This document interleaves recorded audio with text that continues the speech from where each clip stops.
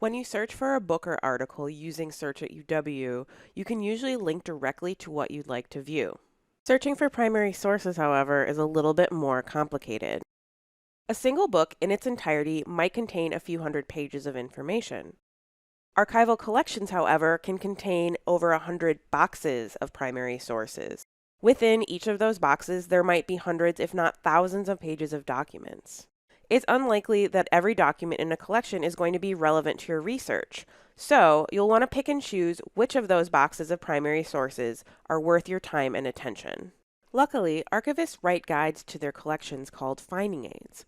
Finding aids provide basic information about a collection's creator, explain the historical significance of a collection, and, most importantly, they include a detailed table of contents for the collection. Let's take a look.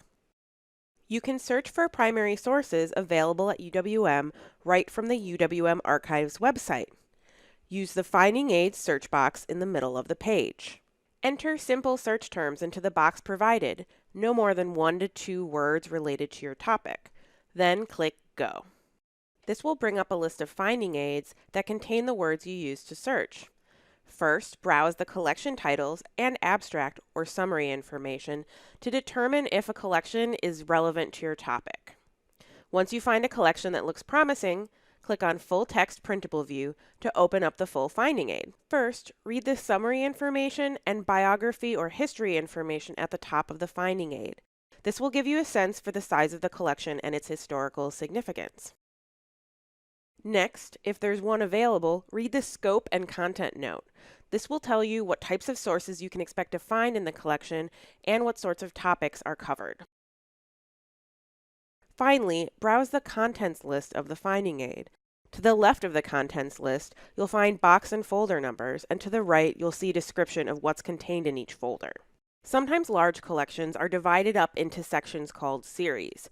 For example, in this collection, Series 1 is Radio Scripts, 1966 to 1967. In the contents list, this tells us that all of the folder descriptions below the Radio Scripts heading refer to titles of actual radio scripts, and that all of the primary sources in this section of the collection are scripts.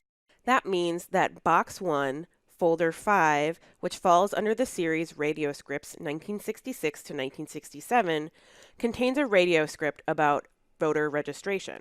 You never really know what's in an archives box until you open it and start reviewing the folders.